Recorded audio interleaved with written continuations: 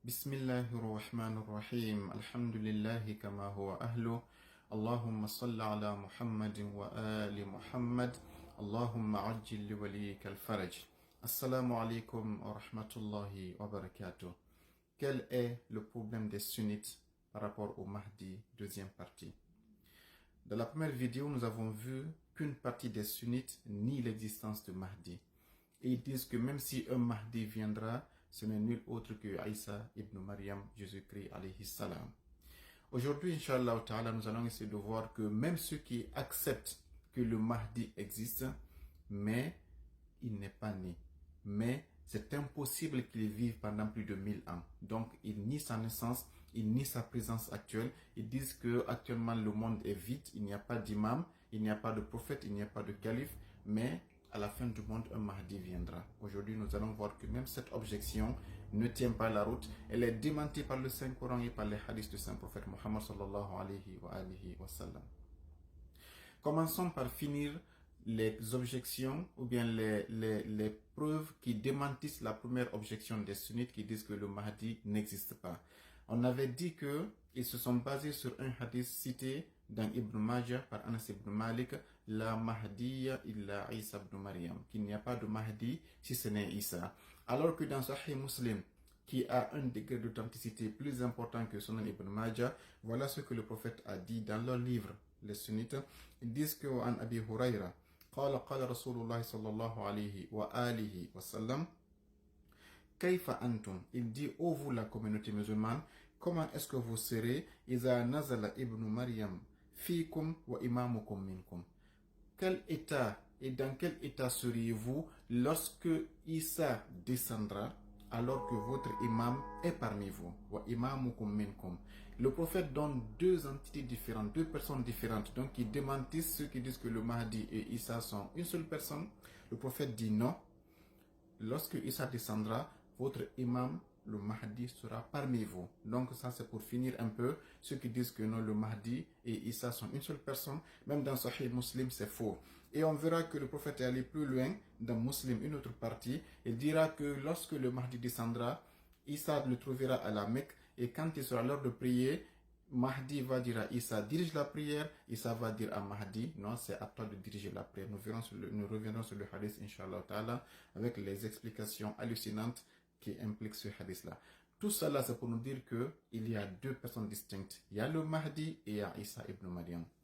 Pour finir, toujours par rapport à la première objection qui dit que le Mahdi n'existe pas, disons que nier l'existence du Mahdi, c'est démentir tous les versets dans lesquels Allah a promis la victoire à sa religion. Et dans le Saint-Coran, essayons de voir que Dieu a été très pédagogique.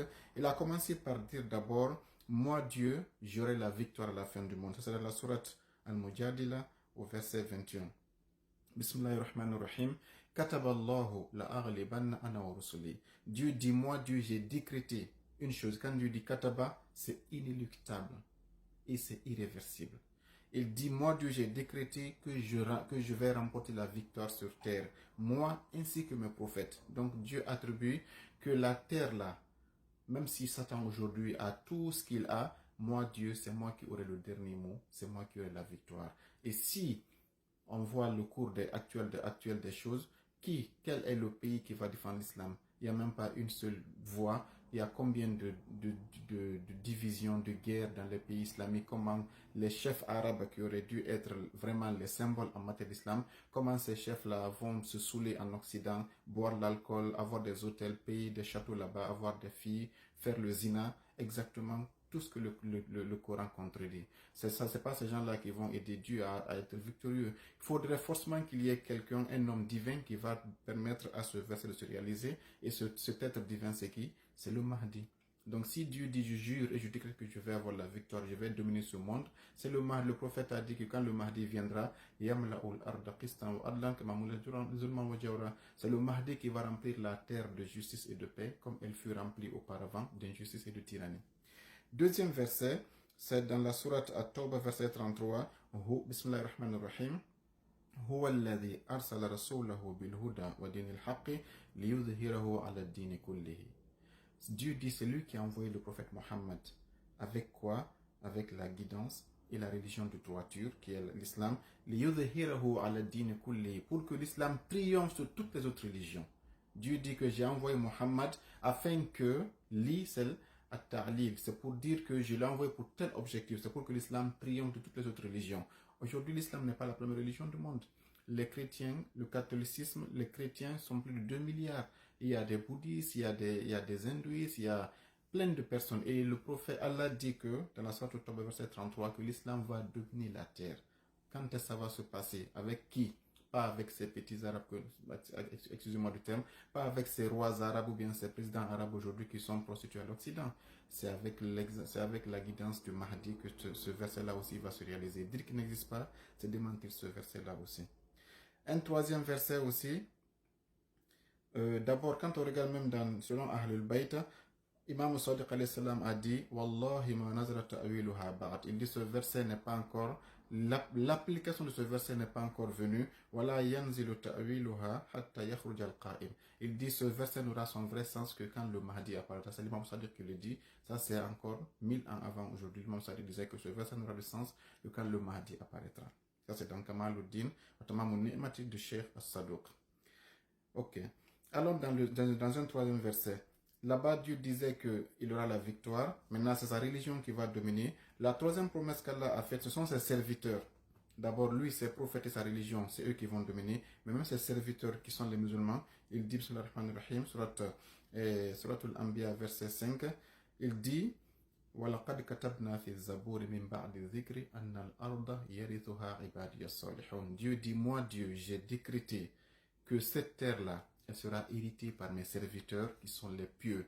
Ibadi, il les a collés à lui. Ce n'est pas n'importe quel ibad, ce sont ses vrais serviteurs, as-salihuna, qui sont les pieux. Quand on dit salih, ce sont des personnes qui sont tellement d'un degré élevé que même Ibrahim, alayhi salam, il a dit walhiqni bis salihin. Il dit Dieu, fais-moi rejoindre les salihin. Dieu dit que ce sont ces gens-là qui sont très élevés, que même le prophète Ibrahim rêve d'être parmi eux. Ce sont eux qui vont diriger la terre à la fin du monde. Et qui sont ces gens-là? Quand on demande à Ahlul Bayt alayhi salam, à Cheikh Tabarsi, rahimahullah, fi tafsir al-aya, il a dit quoi? Que l'imam Ja'far al-Sadiq alayhi salam a dit Hum ashabul Mahdi. Ce sont le Mahdi et ses compagnons qui sont ces gens-là qui vont diriger la terre. Ça montre donc que Dieu a promis beaucoup de choses qui vont arriver à la fin. Ça dans la sourate Al-Anbiya, verset 5. Dire que le Mahdi n'existe pas aussi, c'est démentir ce verset-là aussi. Donc il faudrait forcément que les hommes de Dieu dirige la terre avec un gouvernement mondial, comme on l'a dit, et qui vont ramener la paix, la justice et casser ce système mondial de satanisme et de perversion que nous connaissons aujourd'hui. Donc, ça c'est Dieu va avoir la victoire. Sa religion va dominer la terre. Ses serviteurs vont diriger la terre. Un quatrième verset aussi qui sera nié par ceux qui disent que le Mahdi n'existe pas. C'est la sourate An-Nur, verset 55. Dieu dit Bismillahir-Rahmanir-Rahim. Wa'adallahu alladhina amanu. Dieu a fait une promesse à ceux qui croient. Et Dieu dit Waman astaqu minallahi haditha.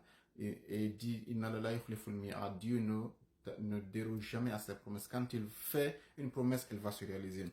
Dieu a promis à ceux qui ont cru, et qui ont fait de bonnes œuvres, il va leur donner la terre comme héritage, comme ceux qui les ont précédés ont été la terre. Il dit, ces gens qui vont hériter la terre à la fin du monde, et Dieu va les raffermir leur religion qu'il avait agréée pour eux. Lorsqu'il dit lorsqu'il avait dit à la fin de la mission du prophète que je vous ai agréé l'islam comme religion, Dieu dit qu'à la fin du monde, ce sont ces musulmans qui ont accepté l'imam Ali qui vont hériter de la terre. Il dit Dieu dit que la peur qu'ils avaient, moi Dieu, je vais remplacer cette peur-là par quoi? Par une paix et par une garantie. Les chiites aujourd'hui ont peur même de se prosterner sur la tourba dans une mosquée. Quand ils voient ça, les sunnites les repoussent, les rejettent. Quand tu vas dans une mosquée, tu pries les bras droits aujourd'hui, tu es comme un paria. Dieu dit que cette peur-là, Dieu dit qu'elle va disparaître et être remplacée par une paix. Et cette paix ne sera possible qu'avec le Mahdi. On n'a pas pu aborder encore la deuxième objection qui est la naissance, mais ça, c'est un complément de ceux qui disent que le Mahdi n'existe pas. On a vu que ni le Mahdi, c'est ni ces 4 versets. Et donc, le Coran insiste que le Mahdi existera, il viendra et que celui qui aura le dernier mot sur la terre, qu'Allah fasse que nous soyons les fidèles du Mahdi. Inch'Allah, dans la vidéo prochaine, nous allons aborder maintenant les objections liées à la naissance du Mahdi. Est-il né ou pas? Peut-on vivre plus de 1000 ans ou pas? Inch'Allah, c'est à venir. Assalamu alaikum.